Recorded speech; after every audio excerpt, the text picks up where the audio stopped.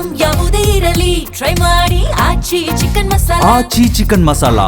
CM ಕುರ್ಚಿಗೆ ಸಂಬಂಧಪಟ್ಟಂತೆ ತೆರೆಮರೆಯಲ್ಲಿ ಸತತವಾಗಿ DCM DK Shivakumar ಪ್ರಯತ್ನ ಮಾಡ್ತಿದ್ದಾರೆ. ಬಟ್ ಅವರ ಕನಸು ಇನ್ನು ಕನಸಾಗೆ ಉಳಿಯತ್ತ ಸ್ವಲ್ಪ ದಿನ ಅನ್ನೋದು ಪ್ರಶ್ನೆ ಆಗ್ತಾ ಇದೆ. ಕಾರಣ ಇಷ್ಟೇ, ಸಿಎಂ ಕುರ್ಚಿಯ ಕನಸು ಕಾಣ್ತಿದ್ದವರಿಗೆ ಪಂಚರಾಜ್ಯಗಳ ವಿಧಾನಸಭೆಯ ಚುನಾವಣೆಗೆ ದಿನಾಂಕ ಫಿಕ್ಸ್ ಆಗಿರೋದ್ರಿಂದ ಪ್ರಚಾರ ಕಾರ್ಯಗಳಾಗಬೇಕು, ಅಲ್ಲಿ ಕಾಂಗ್ರೆಸ್ ಅಧಿಕಾರಕ್ಕೆ ತರುವಂತಹ ಪ್ರಯತ್ನಗಳಾಗಬೇಕು. ಹಾಗಾಗಿ ಮೋಸ್ಟ್ಲಿ ಕಾಂಗ್ರೆಸ್ ಹೈಕಮಾಂಡ್ ಅದರಲ್ಲಿ ಬ್ಯುಸಿ ಆಗ್ಬಿಟ್ರೆ ಸದ್ಯಕ್ಕೆ ಸಿಎಂ ಕುರ್ಚಿಯ ಕದನ ಮುಗಿಯೋದಿಲ್ವಾ ಅನ್ನೋದು ಪ್ರಶ್ನೆ ಆಗ್ತಾ ಇದೆ. ನಾಯಕತ್ವ ಗೊಂದಲಕ್ಕೆ ತೆರೆ ಎಳೆಯೋದು ಯಾವಾಗ?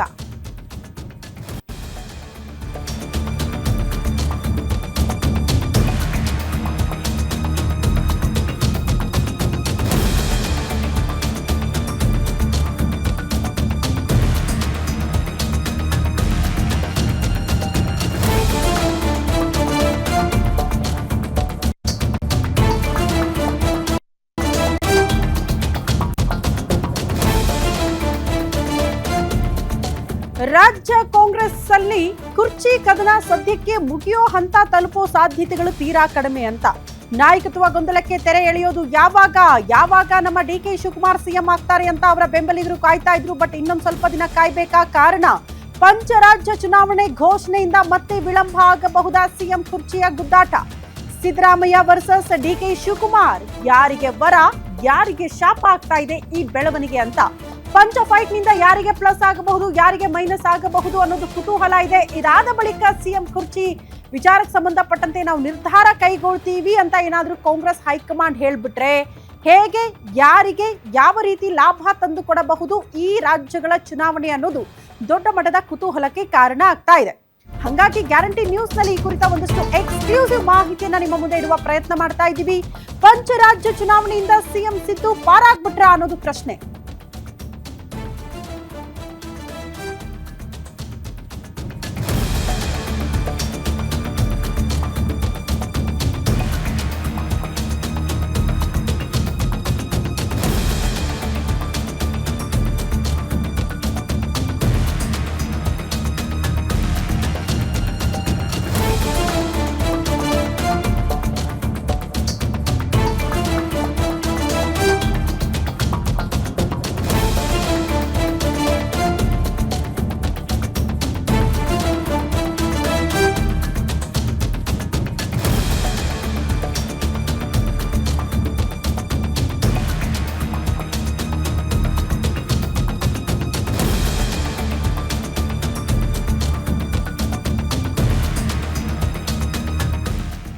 ಪಂಚರಾಜ್ಯ ಚುನಾವಣೆಯಿಂದ ಸದ್ಯಕ್ಕೆ ಸಿಎಂ ಸಿದ್ದರಾಮಯ್ಯನವರು ಪಾರಾದ್ರ?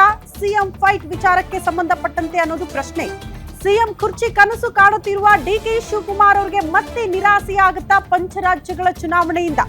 ಮೇ ತಿಂಗಳ ಕೊನೆ ತನಕ ಕೂಡ ನಾಯಕತ್ವದ ಬಗ್ಗೆ ಚರ್ಚೆ ಆಗುವುದು ಡೌಟ್ ಅಂತ ಹೇಳಲಾಗ್ತಾ ಇದೆ. ಕಾಂಗ್ರೆಸ್ ಹೈಕಮಾಂಡ್ ಪಂಚರಾಜ್ಯದ ಚುನಾವಣೆಯಲ್ಲಿ ಬ್ಯುಸಿ ಆಗೋ ಕಾರಣದಿಂದ ಹಂಗಾಗಿ ಮತ್ತೆ ಕಾಯುವಂತ ಅನಿವಾರ್ಯ ಪರಿಸ್ಥಿತಿಗೆ ಡಿಕೆ ಶಿವಕುಮಾರ್ ತಲುಪಿ ಬಿಟ್ರ ಅನ್ನೋದು ಪ್ರಶ್ನೆ.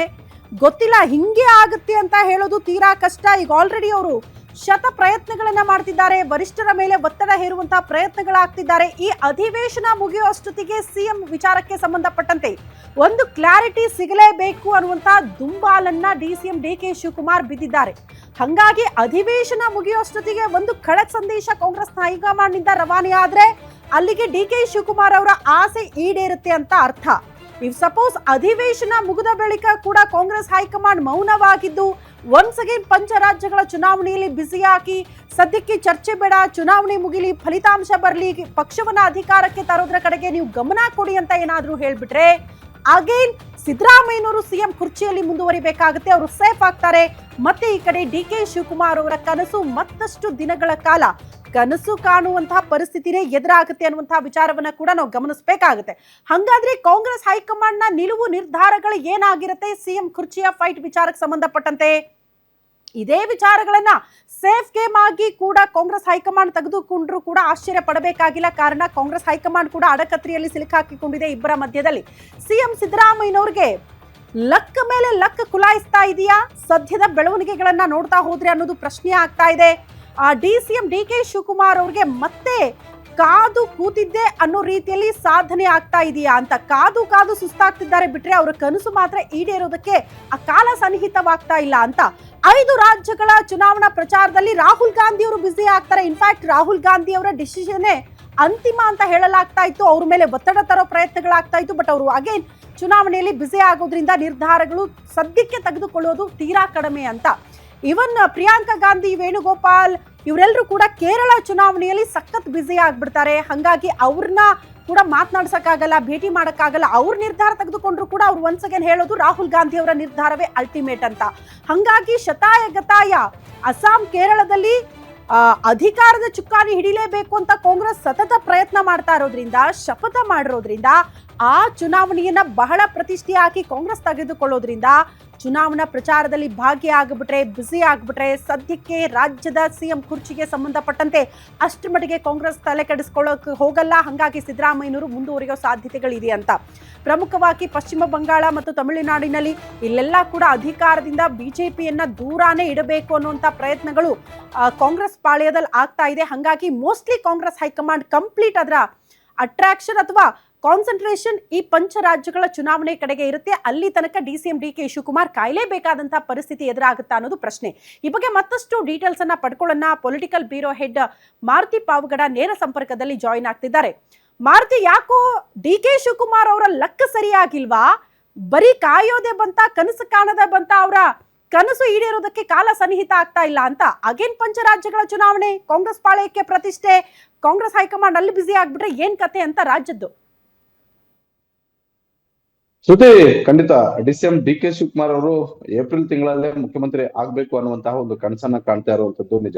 ನವೆಂಬರ್ ತಿಂಗಳಲ್ಲೇ ಅಧಿಕಾರ ಹಂಚಿಕೆಯ ಸೂತ್ರದ ಅನುಸಾರ ಆಗಿದ್ರೆ ನವೆಂಬರ್ ತಿಂಗಳಲ್ಲೇ ಡಿ ಕೆ ಶಿವಕುಮಾರ್ ಅವರು ಸಿಎಂ ಆಗ್ಬೇಕಾಗಿತ್ತು ಅನ್ನುವಂತ ಒಂದು ವಾದ ಅವತ್ತು ಇದೆ.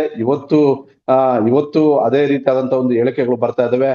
ಈ ನಡುವೆ ರಾಜ್ಯ ಕಾಂಗ್ರೆಸ್ನ ಸರ್ಕಾರದ ನಾಯಕತ್ವವನ್ನು ವಹಿಸಿರುವಂತಹ ಸಿದ್ದರಾಮಯ್ಯ ಅವರ ಪರವಾಗಿ ಒಂದಲ್ಲ ಒಂದು ರೀತಿಯಲ್ಲಿ ಪಾಸಿಟಿವ್ ಆಗಿರುವಂತಹ ಸಂದೇಶಗಳು ಕಾಂಗ್ರೆಸ್ ಹೈಕಮಾಂಡ್ ನಿಂದ ಬರ್ತಾ ಇದಾವೆ. ನಿನ್ನೆ ವೇಣುಗೋಪಾಲ್ ಅವರು ಕೊಟ್ಟಂತಹ ಒಂದು ಹೇಳಿಕೆ ಆಗಿರ್ಬೋದು, ಅದಾದ ಬಳಿಕ ನಿನ್ನೆ ಸಂಜೆ ಚುನಾವಣಾ ಆಯೋಗ 4 ರಾಜ್ಯಗಳು 1 ಕೇಂದ್ರಾಡಳಿತ ಪ್ರದೇಶಕ್ಕೆ ಘೋಷಣೆ ಮಾಡಿದಂತಹ ಚುನಾವಣಾ ದಿನಾಂಕ ಆಗಿರ್ಬೋದು. ಈಗ ಕಾಂಗ್ರೆಸ್ ಹೈಕಮಾಂಡ್ ಮುಂದೆ ಕರ್ನಾಟಕದ ನಾಯಕತ್ವ ಬದಲಾವಣೆ ಮಾಡ್ಬೇಕಾ, ಪಂಚರಾಜ್ಯಗಳ ಚುನಾವಣೆ ಇಂಪಾರ್ಟೆಂಟಾ ಅಂತ ಹೇಳಿದ್ರೆ ಯಾವುದೇ ಹೈಕಮಾಂಡ್ ಮೊದಲನೇದಾಗಿ ತೆಗೆದುಕೊಳ್ಳುವಂತದ್ದು ಪ್ರಬಲವಾಗಿ ನಡೀತಾ ಇರುವಂತಹ ಈ 5 ರಾಜ್ಯಗಳ ಚುನಾವಣೆ. ಈ 5 ರಾಜ್ಯಗಳ ಚುನಾವಣೆಯಲ್ಲಿ ಎಲ್ಲಾದ್ರೂ 1-2 ಕಡೆ ಅಧಿಕಾರಕ್ಕೆ ಬಂದಿದ್ದೆ ಆದ್ರೆ ಈಗ ಕೇವಲ ತೆಲಂಗಾಣ ಮತ್ತೆ ಕರ್ನಾಟಕದಲ್ಲಿ ಮಾತ್ರ ಪ್ರಬಲವಾಗಿ ಕಾಂಗ್ರೆಸ್ ಇದೆ. ಇದನ್ನ ಹೊರತುಪಡಿಸಿ ದೇಶಾದ್ಯಂತ ಎಲ್ಲೂ ಕೂಡ ಸದೃಢ ಸಂಘಟನೆ ಇಲ್ಲ. ಹೀಗಾಗಿ ಈ ರಾಜ್ಯಗಳ ಚುನಾವಣೆ ಕಾಂಗ್ರೆಸ್ ಹೈಕಮಾಂಡ್ಗೆ ಬಹಳಷ್ಟು ಇಂಪಾರ್ಟೆಂಟ್ ಆಗಿರುವಂತದ್ದು. ಈ ಹಿನ್ನೆಲೆಯಲ್ಲಿ ರಾಹುಲ್ ಗಾಂಧಿ ಆಗಿರ್ಬೋದು, ಪ್ರಿಯಾಂಕಾ ಗಾಂಧಿ ಆಗಿರ್ಬೋದು, ಸೋನಿಯಾ ಗಾಂಧಿ ಆಗಿರ್ಬೋದು, ಈ 3 ನಾಯಕರು ಈಗ ರಾಜ್ಯ ಕಾಂಗ್ರೆಸ್ನ ನಾಯಕತ್ವವನ್ನ ನಿರ್ಧಾರ ಮಾಡ್ಬೇಕಾಗಿರೋದ್ರಿಂದ ಇವರ ಇಂಪಾರ್ಟೆಂಟ್ ಈಗ ಕರ್ನಾಟಕದ ನಾಯಕತ್ವ ವಿಚಾರಕ್ಕಿಂತಲೂ ಕೂಡ ಈ 5 ರಾಜ್ಯಗಳಿಗೆ ನಡೀತಾ ಇರುವಂತಹ ಚುನಾವಣೆ ಆಗಿರೋದ್ರಿಂದ ಮೇ ತಿಂಗಳವರೆಗೂ ಕೂಡ ಕಾಂಗ್ರೆಸ್ ಹೈಕಮಾಂಡ್ ಕರ್ನಾಟಕದ ನಾಯಕತ್ವದ ಬಗ್ಗೆ ಚರ್ಚೆ ಮಾಡೋದಕ್ಕೆ ಅಷ್ಟೊಂದು ಆಸಕ್ತಿ ತೋರಿಸೋದಿಲ್ಲ. ಹೀಗಾಗಿ ಈ ಬೆಳವಣಿಗೆಯಲ್ಲಿ ಸಿದ್ದರಾಮಯ್ಯ ಇನ್ನಷ್ಟು ದಿನಗಳ ಕಾಲ ಸೇಫ್ ಆದ್ರು ಅನ್ನುವಂತ ಒಂದು ಚರ್ಚೆ ಕಾಂಗ್ರೆಸ್ ಪಡಸಾಲೆಯಲ್ಲೇ ಆಗ್ತಾ ಇದೆ. ಅದೇ ರೀತಿ ಡಿ ಕೆ ಶಿವಕುಮಾರ್ ಅವರು ಎಷ್ಟೇ ದೇವರುಗಳ ಮೊರೆ ಹೋದ್ರು ಕೂಡ ಇನ್ನಷ್ಟು ದಿನ ಕಾಯಲೇಬೇಕು ಅನ್ನುವಂತ ಒಂದು ಸಂದೇಶಗಳು ಕೂಡ ಬರ್ತಾ ಇದಾವೆ. ಅದ್ರ ಜೊತೆಗೆ ಇದೇ ರೀತಿಯಾದಂತ ಒಂದು ಚರ್ಚೆ ಕಾಂಗ್ರೆಸ್ ವಲಯದಲ್ಲಿ ಆಗ್ತಿದೆ. ಒಟ್ಟಾರೆ 2023 ವಿಧಾನಸಭಾ ಚುನಾವಣೆಯಲ್ಲಿ ಶತಾಯಗತಾಯ ಪ್ರಯತ್ನ ಮಾಡಿ ಕಾಂಗ್ರೆಸ್ ಹೈಕಮಾಂಡ್ ಮುಂದೆ ಪಟ್ಟಿದ್ದು ಡಿ ಕೆ ಶಿವಕುಮಾರ್ ಅವರನ್ನ ಹಿಂದೆ ಸರಿಸಿ ಸಿಎಂ ಸ್ಥಾನವನ್ನ ಗಿಟ್ಟಿಸಿಕೊಂಡಿದ್ದಂತಹ ಸಿದ್ದರಾಮಯ್ಯ ಅವರನ್ನ ಆ ಸ್ಥಾನದಿಂದ ಕೆಳಗಿಳಿಸೋದಕ್ಕೆ ಡಿ ಕೆ ಶಿವಕುಮಾರ್ ಅಷ್ಟೇ ಅಲ್ಲ, ಬಹಳಷ್ಟು ಜನ ಪ್ರಯತ್ನ ಮಾಡಿದ್ರು ಕೂಡ ಅದರಲ್ಲಿ ಸಕ್ಸಸ್ ಆಗ್ತಿಲ್ಲ. ಒಂದಲ್ಲ ಒಂದು ರೀತಿಯಾದಂತಹ ಒಂದು ಸಂಕಷ್ಟಗಳು ಕಾಂಗ್ರೆಸ್ ಹೈಕಮಾಂಡ್ಗೆ ಬರ್ತಾ ಇರೋದ್ರಿಂದ ಆ ಸಂಕಷ್ಟಗಳಿಂದ ಕಾಂಗ್ರೆಸ್ ಹೈಕಮಾಂಡ್ ಯಾವ ರೀತಿಯಾಗಿ ಪಾರಾಗ್ಬೇಕು ಅನ್ನುವಂತ ಒಂದು ಚರ್ಚೆಯನ್ನ ಮಾಡ್ತಿದ್ದಾರೆ. ಬಿಟ್ರೆ ಕರ್ನಾಟಕದ ನಾಯಕತ್ವ ಬದಲಾವಣೆಗೆ ಅಷ್ಟೊಂದು ಆಸಕ್ತಿ ತೋರ್ತಾ ಇಲ್ಲ. ಹೀಗಾಗಿ ಒಂದು ಕಡೆ ಸಿದ್ದರಾಮಯ್ಯ ಒಂದು ಅಹಿಂದ ವರ್ಗಕ್ಕೆ ಸೇರಿದಂತ ಒಬ್ಬ ನಾಯಕ, ಇಡೀ ದೇಶಾದ್ಯಂತ ಕಾಂಗ್ರೆಸ್ ಸಂಘಟನೆಯಿಂದ ಇರುವಂತದ್ದು, ಕೇವಲ ಇರುವಂತಹ ಕರ್ನಾಟಕ ತೆಲಂಗಾಣದಲ್ಲಿ ಅದರಲ್ಲೂ ಕರ್ನಾಟಕದ ಗ್ಯಾರಂಟಿಗಳ ಬಗ್ಗೆ ಹೆಚ್ಚು ದೇಶಾದ್ಯಂತ ಚರ್ಚೆ ಆಗ್ತಾ ಇದೆ.